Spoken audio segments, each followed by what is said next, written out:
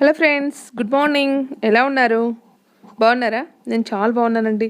చూడండి, మా కిచెన్లో డబ్బాలు ఏ విధంగా సెట్ చేసుకున్నాను. నేను చిన్న కిచెన్ అండి, సెల్ఫ్లు కూడా ఎక్కువ లేవు. అందుకని చెప్పేసి ఈ విధంగా సింపుల్గా ఇది కౌంటర్ టాప్. నాది 4 బర్నర్ స్టవ్ అండి. దానిపైన ఒక గిన్నె ఉంది, చూడండి మీకు చూపిస్తాను నేను. అది మార్నింగ్ రైస్ చేస్తే మా వారికి పిల్లలకి బాక్స్ కోసం రైస్ చేస్తే కింద మొత్తం మాడిపోయిందండి. గిన్నె మొత్తం చూడండి నాకు ఏ సిచ్యువేషన్ అయిపోయిందో. దాన్ని నేను ఇప్పుడు క్లీన్ చేసుకోవాలన్నమాట. ఆ క్లీనింగ్ మెథడ్ని మీతో షేర్ చేసుకుంటాను ఫ్రెండ్స్. మీకు ఎప్పుడైనా యూజ్ అయిందంటే కానీ మీరు యూజ్ చేసుకొని క్లీన్ చేసుకోండి. చాలా మంచిగా క్లీన్ అయిపోతుంది. మనకు ఎలా ఉంటుందో, మనకు మాడిపోకుండా ఉన్నప్పుడు ఏ విధంగా మనకు గిన్నె ఉంటుందో ఆ విధంగా వస్తుంది. గిన్నెకి డ్యామేజ్ కాదండి.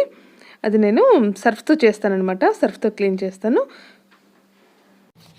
ఇది సర్ఫ్ నేను ఈ డబ్బాలో పెట్టుకొని ఉంటానన్నమాట. అది తీసుకొచ్చాను ఇప్పుడు క్లీన్ చేయడం కోసమని చెప్పేసి కిచెన్లోకి తెచ్చాను నేను. ఈ సర్ఫ్తోనే నేను ఇప్పుడు ఆ గిన్నెను క్లీన్ చేసుకుంటాను.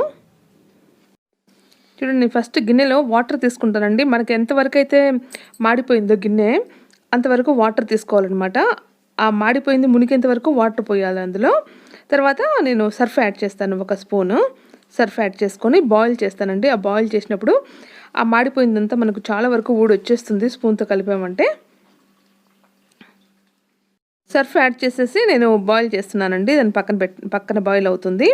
ఇంతలో నాకు అనిపించింది అనమాట, ఇక్కడ ఒక బాస్కెట్లో నేను అన్ని బూస్ట్ అవన్నీ పెట్టేసుకుంటానండి. దాన్ని క్లీన్ చేయక చాలా రోజులు అయింది. దాన్ని కూడా పని క్లీన్ అయిపోతుంది కదా అని చెప్పేసి దాన్ని కూడా క్లీన్ చేసుకుంటున్నాను. మొత్తం తీసి పక్కన పెడుతున్నాను ఫస్ట్.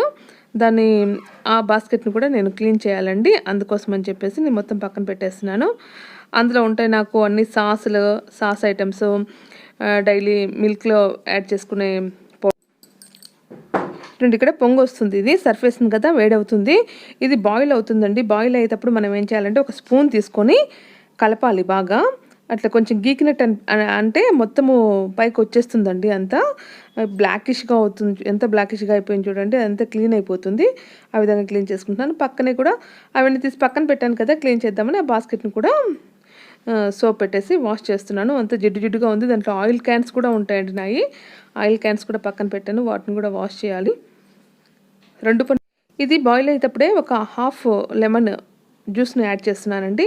లెమన్ జ్యూస్ వల్ల కూడా మనకు బౌల్స్ కానీ ఏవైనా జిడ్డు మరకలు ఉన్నా కూడా ఈ విధంగా మాడిపోయినా కూడా క్లీన్ అవుతాయండి. అందుకోసం లెమన్ జ్యూస్ యాడ్ చేసిన తర్వాత కొంచెంసేపు బాయిల్ చేసుకోవాలండి. బాయిల్ చేసేటప్పుడు ఈ విధంగా స్పూన్తో కొంచెం గీకినట్టు చేయాలి. తర్వాత స్టవ్ ఆఫ్ చేసి కొంచెం చల్లారిన తర్వాత స్క్రబ్బర్తో క్లీన్ చేసుకుంటే సరిపోతుంది. చూడండి, ఈ విధంగా క్లీన్ అయిపోయింది కదా. ఇప్పుడు మనము స్క్రబ్బర్తో సోప్ పెట్టేసి క్లీన్ చేసుకుందాం. ఇంకొంచెం మిగిలిపోయిందంటే అందులో సోడా, మళ్ళీ నిమ్మకాయ చెక్క ఏదైతే ఉందో ఆ చెక్కతో క్లీన్ చేసుకుంటే మంచిగా మనకు కొత్త దాంట్లో మెరిసిపోతుందండి. ఈజీగా ఉంది కదా ఈ టిప్పు.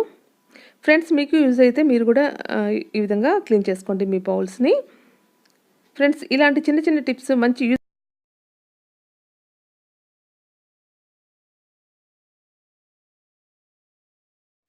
ఇప్పుడు ఇందులో నేను కొంచెం సోడా యాడ్ చేశాను.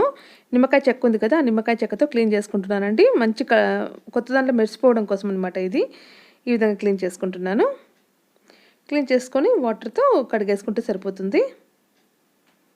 ఫ్రెండ్స్, ఈ టిప్ ఎలా ఉంది? నచ్చింది? నేను బాస్కెట్ని కూడా క్లీన్ చేసేసి నేను అన్ని సెట్ చేసుకుంటున్నానండి. ఫస్ట్ మొత్తం సోయా సాస్, చిల్లీ సాస్, అలాగే vinegar, Boost, Horlicks, salt, sauce packet అన్నీ సెట్ చేసుకుంటున్నాను నేను. ఆయిల్ డబ్బాలు కూడా ఈ విధంగా దీంట్లోనే పెట్టేసుకుంటానండి. అన్నీ సెట్ చేసుకున్నాను. ఫ్రెండ్స్, ఈ వీడియో నచ్చిందా? నచ్చితే తప్పకుండా లైక్ చేయండి, షేర్ చేయండి, సబ్స్క్రైబ్